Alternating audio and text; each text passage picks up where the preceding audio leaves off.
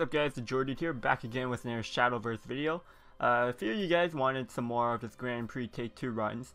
So stage 2 has just begun, so we'll try to qualify for the final round and so we need to get 4 wins or 4 or 5 wins. So let's do that. Just like in my previous video, I'm going to be explaining my draft picks, and then I'll be showing you guys the replays of the games and doing commentary over that. So as always guys, if you enjoyed the video, make sure you give it a thumbs up, subscribe for more content, and also comment down below if you want me to also make a video on the final round. So yeah, thanks for watching guys, and peace. Hey guys, if you enjoyed the video, make sure you subscribe to my channel and turn on that notification so you know when new videos are up. Give this video a thumbs up and drop a comment down below. As always guys, I appreciate the support and thank you so much for watching my video. Alright, so I think I'll go with Swordcraft again. I think out of all these options, Swordcraft is the best one, because it's either like Sword and Dragon seems to be the strongest in my opinion. So I would take the Swordcraft. It's been doing me well. Barbarossa and Gino are very good picks. Just having Rush Followers, don't have to use my Evo points. Oh, Albert's really nice. But Celia and Frankar General are both really solid picks, whereas Confront Adversity isn't that good of a card. I'll actually go for the right here. I know a lot of you guys would probably just take the Albert. Here though, we got Gawain and Albert. That's really good. The Husbando duels. I don't think Arthur's that good because I don't think you can get too many 2-drops to make it worth. But Gawain and Albert seem like really good picks. Do want those 2-drops, but Olivia and Leonidas very good. Those are probably my top end cards. So now I'm trying to look for an early kind of mid game. Made leaders, nice. It cycles my deck. And Tsubaki is also really good because there's a lot of big threats. Holy Bear Knight and Aztec Knight are both really good, just solid low drops. Here's Holy Bear Knight Council. Pretty easy. You could take an Air Genos. Alwita's really good. Floro Fencer is also good, but the Geno is like just as good as Floro Fencer, I think. So it's worth taking that. Gemstaff Commander, what's this card do again? Okay, so it's not that special. Advent Blader is pretty good, but Voss is really good. And Kimochi Trainer, I do need some more early drops, so we'll take that. Grimmir's a really good card. Kimochi and Ruthless Assassin's also pretty solid. I think my endgame's like good enough. I don't really need the Grimmir. We'll take the cheaper followers here. Fernlight Lampard. If there are fewer. Yeah, this card isn't that great. Kimochi Trainer and Old Man it is. Sky Fortress, that's always a good card to take. It also comes with a Veteran Lancer, which is not bad. So now I think our early game's enough. Maybe try to fill out our mid game a little bit better. Giant Slayer is a very powerful card in Take 2. And so is Advent Blader, just more going through my decks.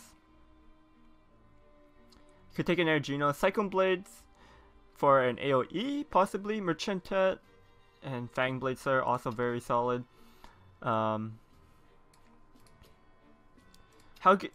I think the Cyclone Blade is not bad. We'll take that. Shift Flame. Dance of Death, very good in Take 2. Shield Flame is also efficient with Angel of Word. But we'll go for this. So I could go Gwen and Sage Commander. The Sage Commander isn't that good here because I don't have ways to fill out my board.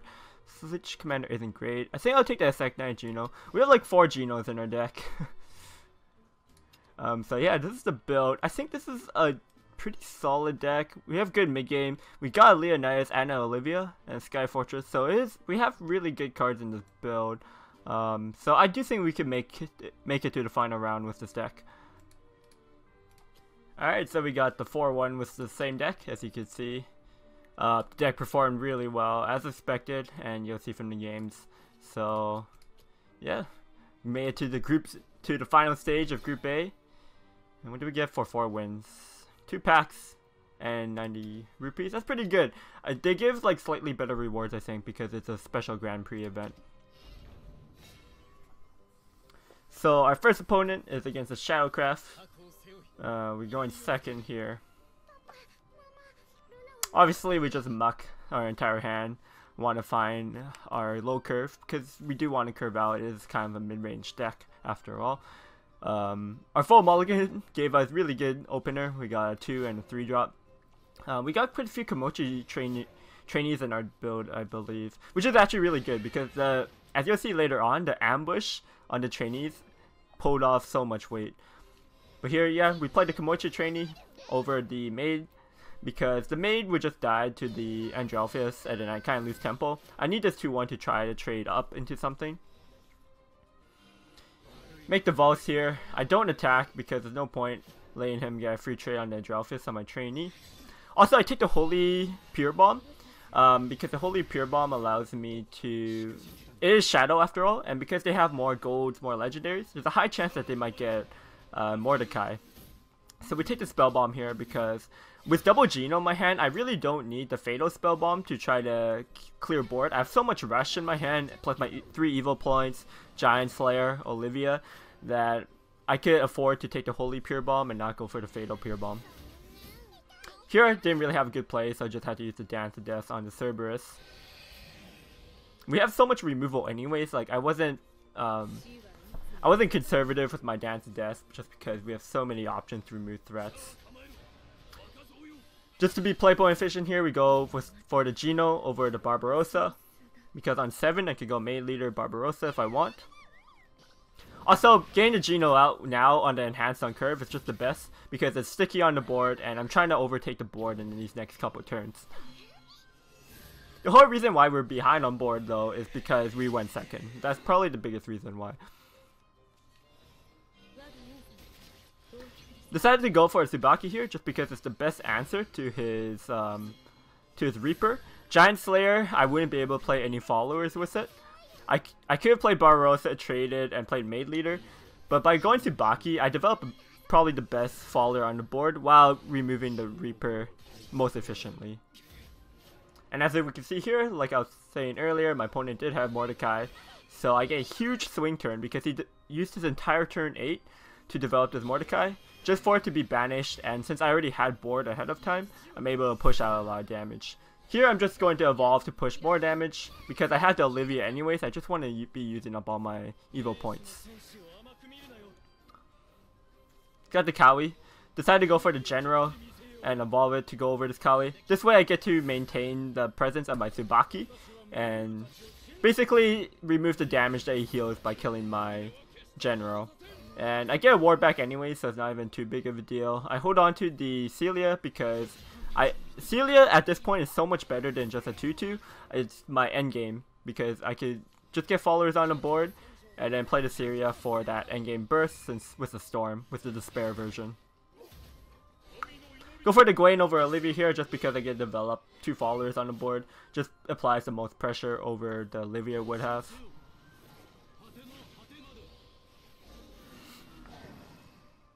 So now we're super far ahead on board.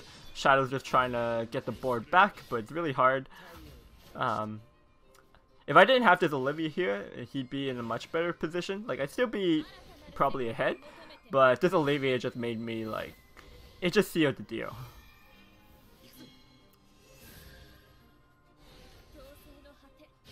Once again, hold the Celia because I want that as my finisher. My opponent's really low on life, so the Celia could just do a lot more work.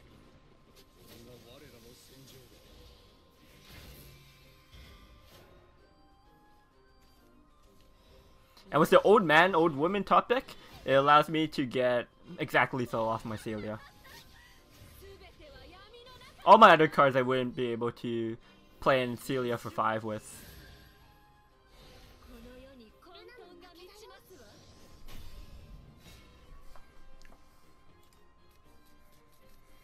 Next opponent's the Dragon. We're going second. So, a little unideal. You want to be going first against especially against Dragon, because you want to be punishing the ramp early on by having a lot of board pressure, and you have a lot more pressure being on the play rather than going second.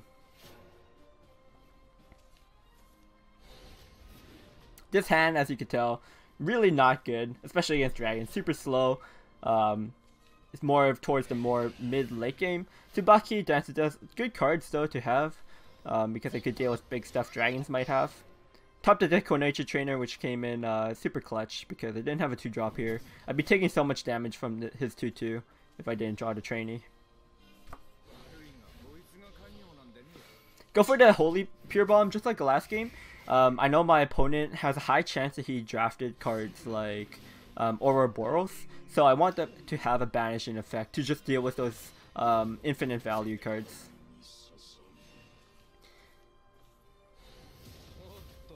I didn't really like using my evil point there. Looking back at it, I kind of think I would have liked using my evil, because then he wouldn't have just been able to Dragon's Breath that.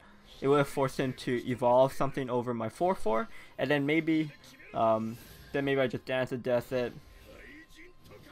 Like maybe I could have got more damage in. I'm not too sure actually now. Tsubaki unfortunately can't come out on this turn, so we kill off this Dragon Warrior. Makes the board kind of awkward for him because I'm pushing damage with my 3/2 with Storm, and it's protected with a 4/1 Pirate Ward. So like the ward protects my 3/2, it damages wherever he would play, and then I should be able to get a lot of chip damage in. However, he does have the Ouroboros here. Here, like I did set it up for the answer to the Ouroboros, so I just played the Holy Pure Bomb. This is where things start to get out of control. Is their Nitra. He got on one turn, he swung the board super hard against me. If I had evolved my pirate, a 5/4, I could have with the first 4/1. Maybe that would have been better. It would have taken a lot less damage. I think I was too. The problem with this game is that maybe I was too greedy on my evils. I was a little hesitant to use my evils when it didn't appear like I need to, because I didn't have the Olivia in my hand. If I had Olivia in my hand, I would have definitely used my evils more liberally, but I got punished super hard, as you can see here. His board is just getting too far ahead of me. I'm taking so much damage from these dragons. I end up drawing the Olivia, so even if I used an evil point a turn before, I would have had the Olivia to refill on it. So I taken like an extra 8-12 damage or something from leaving the extra Hellflame Dragon up a turn. And that could have actually costed me the game here. I'm not really spoiling the result of this game, as you can tell. It's really going south. My opponent's super far ahead. He's not nowhere near from dying. I'm super close to dead. Here I was pretty sure I was dead. Like this was the only line I could have taken that prevented lethal on board. But Polyphonic Roar, super hard to deal with, especially in this point of the game where I'm trying to catch up to him. It's like the best time for him to develop that. And maybe we'll get the Sky Fortress down. Have to trade into his 1/1, which feels bad. But if I don't trade, I just die onto the board, so. Here, like, I just died to Genesis Dragon, but, like, even if he didn't have Genesis Dragon, I would have had to play Council of the Card Knights on my next turn. So, I don't think I was going to win in the next 2 or 3 turns anyways.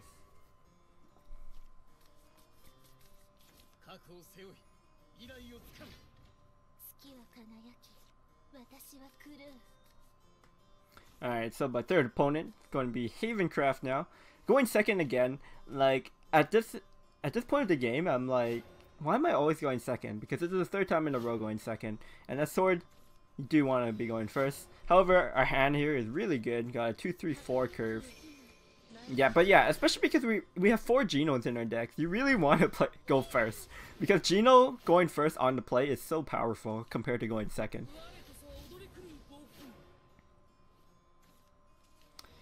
He's got a Grimnir here. Kind of awkward for me to deal with.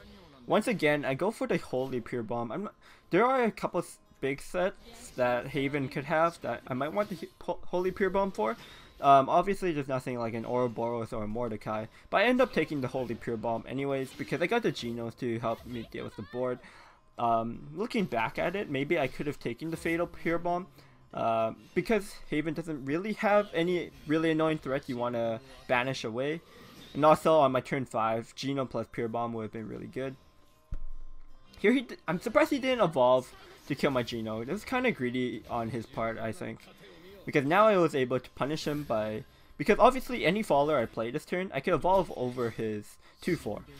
So he should know that by not evolving and killing my Geno, he's just going to be taking 4 damage for free. But this might have been the reason why, because he did have the Kujo anyways. Or he could have just drew it, I'm not too sure. But the Kujo here does quite a bit of work. Deals with both my 4 attack threats.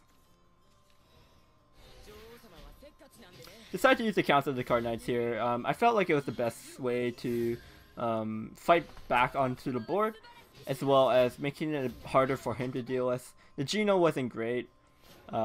And the Bane is like, because he wants to evolve something over my 3/3, the Bane's kind of in the way. I think I could have traded into his Snow White here, so his Snow White just doesn't kill my Bane. So I probably should have ran my 1/3 into the Snow White. That was probably a misplay on me, because anything with evolves over my ward, and his Snow White could have killed my 1/3.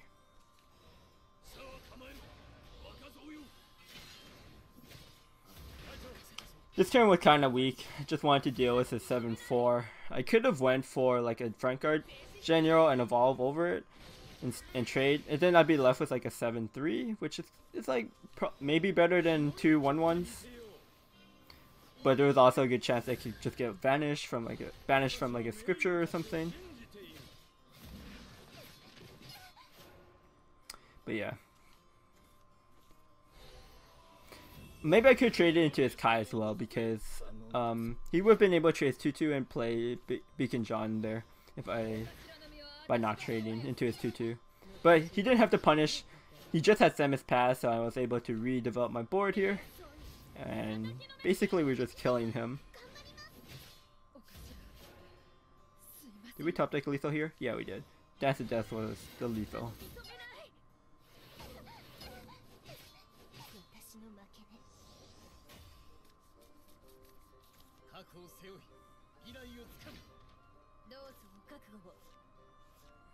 Game 4, we're up against a sword, and we finally get to go first here.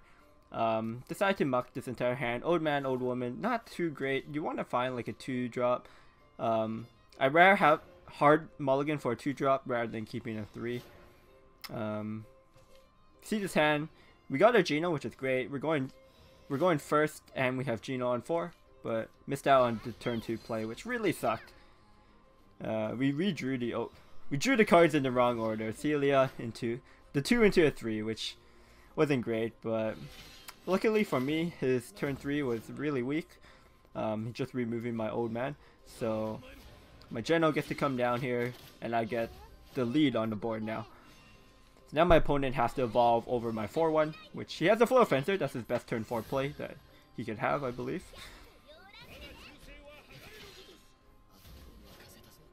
Here I had a couple options. I could have went for Valse, possibly, because Valse and Fatal Spellbomb evolves, killed a 2/2. Seems not bad to me. End up going for the Celia.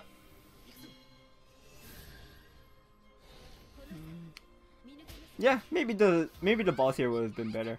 I kind of just snap played the Celia, if I recall correctly. The Valse is still good later on though, as you'll see.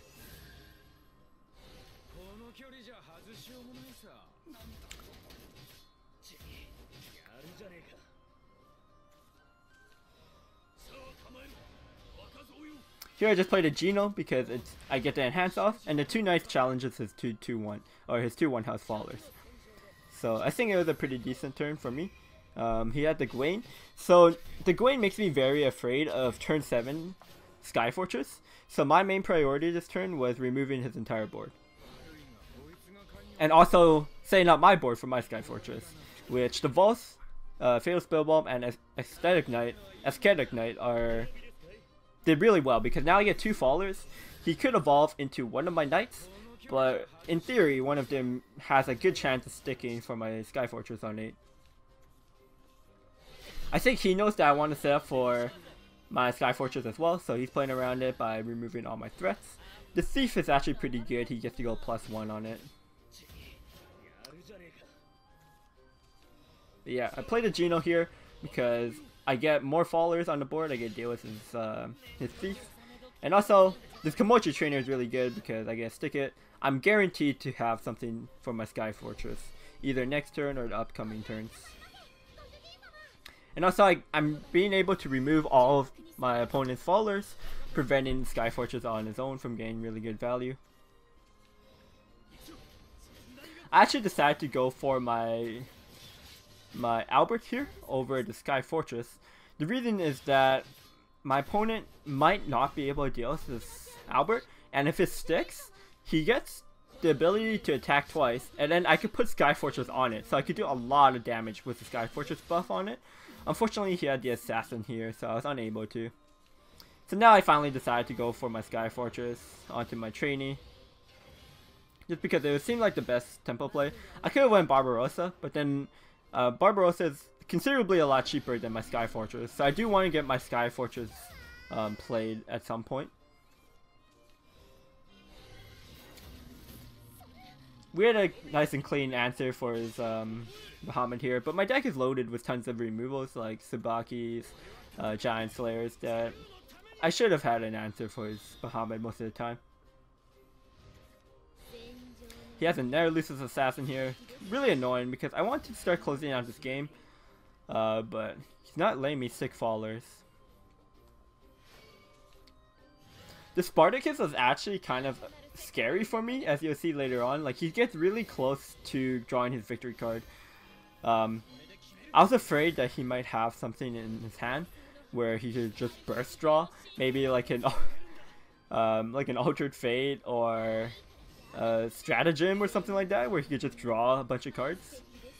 He has a Nerelusus Assassin. Like, that was starting to bug me that this was his third Ruthless Assassin now, but able to protect a Barbarossa with this Bear Knight. Especially with our extra evil point advantage now. Like, we're really looking to push damage. Because Tsubaki in ambush, my opponent shouldn't be able to play around it. So the Tsubaki is kind of my finishing plan. The Alwidas was a great draw here, because I get to push face damage immediately this turn. And also, I'm developing a ward to protect my 5-4. So this, in theory, this 5-4 should stick a lot. But I just want any faller to stay alive here, because if any faller gets 1 more damage in, or 2 more damage in, then I could just drop Tsubaki, and then the following turn evolve her to end the game. But my opponent's not letting me. And as you can see here, my opponent only has 6 cards left in his deck. And this is where I start worrying that he might actually get his Victoria card by stalling through all my threats. But there's only so much my opponent could do by answering the followers on my board without having any evil points. Even though his sword, he has to like stop dealing with all my threats eventually, right? That's like the theory in my head. And this was kind of the turn where that happened. Finally able to stick damage. I go for the front guard general because it's sticky with its last words.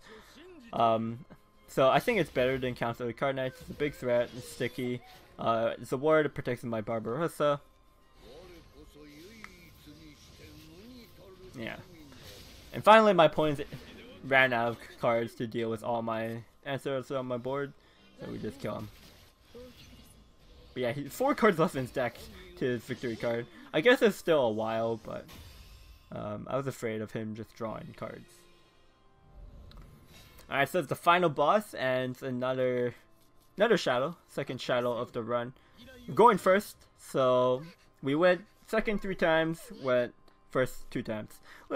So we lost the coin flip on the average there, but importantly we're going first. We got a 2-drop, we got Geno, so our hand's looking pretty good. Sky Fortress, if we could curve out to it, should be really good. We pick up a 3-drop, so now our early to mid game curve is been completed. Orator of the Bones, pretty annoying for me just because it deals with both of my 1 health followers. But yeah, I really don't want to give up tempo here, so I decided to just play the Assassin. Let this 1/1 deal with all my stuff. But yeah, I really just didn't want to give up tempo. And he has to kill my Assassin over my 2/1, so I get some extra damage in with my trainee. I didn't trade into his skeleton just because he's going to... I get 4 damage in anyways if he doesn't deal with the trainee. If he just plays a follower, evolves. So yeah, I didn't want to trade it, but I just get the face damage. I held the Geno because I feel like it could be better on turn 6. with the enhance, because I don't have any card draw. I just want to get the most value out of my cards, and since he didn't have much pressure, I was able to just play the trainee. And the Gwen was really good because it sets up my Sky Fortress, and because I played the trainee, it sets up my Sky Fortress to be playable on turn 7, which I do here. So this is actually so powerful.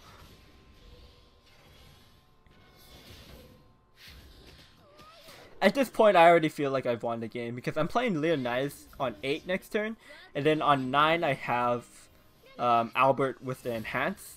And if he deals with my Leonidas, which he probably has to, or he's dead, then my Albert just has a stupid amount of damage.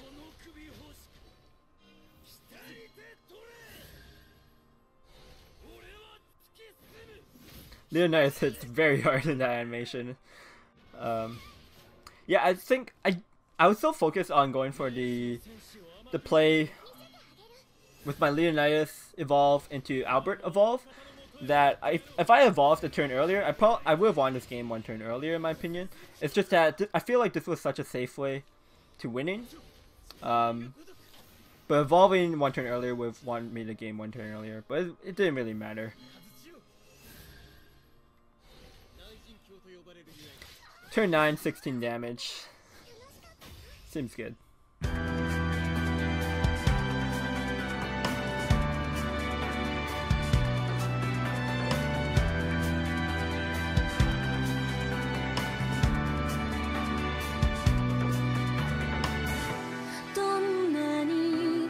望んでも叶わない明日があると